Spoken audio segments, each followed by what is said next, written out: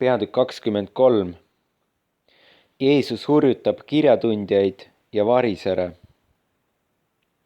Siis rääkis Jeesus rahvale ja oma jüngritele ning ütles: Moosese istmel istuvad kirjatundjad ja variserid.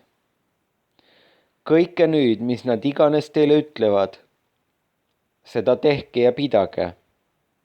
Aga nende tegude järele ärge tehke, sest nad ütlevad küll, aga ei tee. Nad seovad kokku raskeid ja ränki koormaid ja panevad neid inimeste õlgadele, aga ise nad ei taha sõrmegagi neid liigutada. Kõik oma teod nad teevad selleks, et inimesed neid näeksid, sest nad teevad oma palvekaukad laiad ja oma rüüdetupsud suured. Nad armastavad ülemat paika lauas võõruspidudel ja esimesi istmeid koguduse kodades ja teretusi turgudel ja et inimesed neid kutsuksid rabi. Aga teie ärge laske endid hüüda rabiks, sest üks on teie õpetaja. Aga teie kõik olete vennad.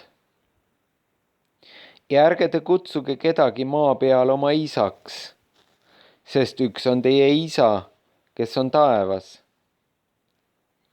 Ja ärge te laske ka endid kutsuda juhatajaks, sest üks on teie juhataja, Kristus.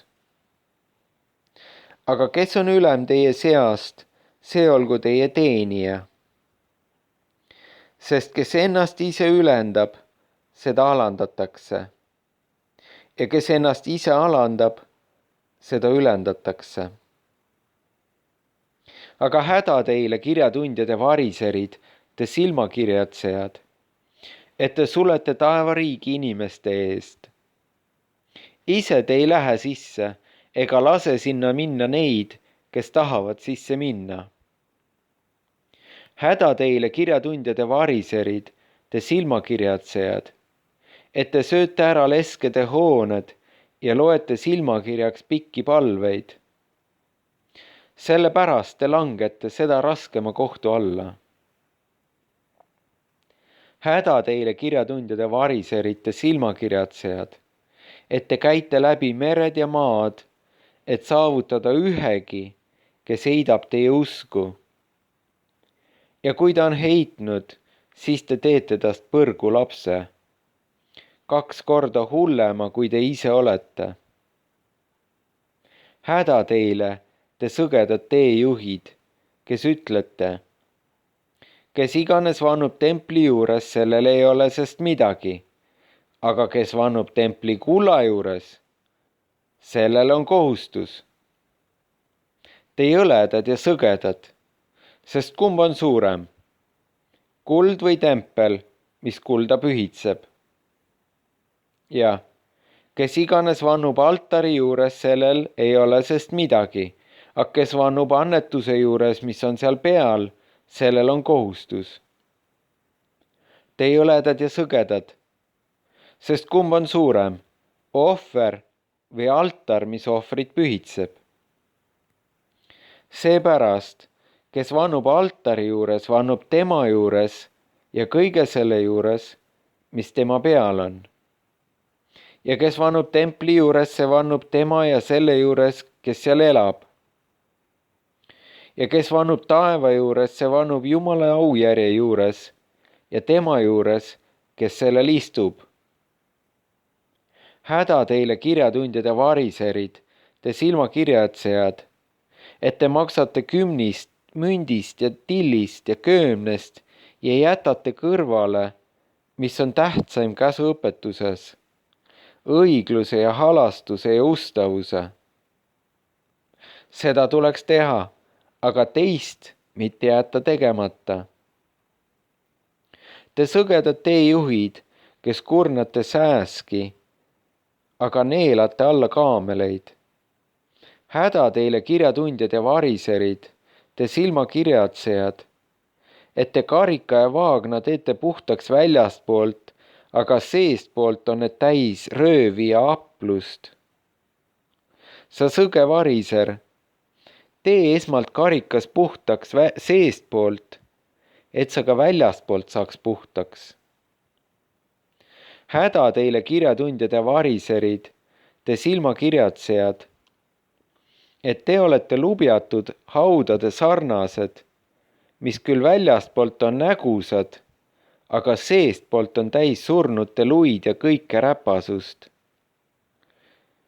Nõnda olete ka teie küll väljaspoolt näha õiged inimeste ees, kuid seestpoolt te olete täis salalikku meelt ja ülekohut. Häda teile, kirjatundjad ja variserid, te silmakirjatsejad, et te ehitate prohvetite haudu ja kaunistate õigete hauasambaid ja ütlete, kui me oleksime elanud oma esiisade ajal, ei meie küll nende osalised oleks olnud prohvetite verd valama.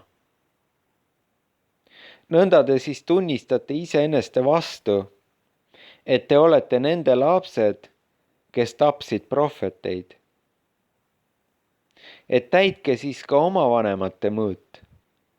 Te maod, te rästikute sigitis, kuidas te põgenete põrgu hukatuse eest? Seepärast vaata, ma läkitan teie juurde prohveteid ja tarku ja kirjatundjaid.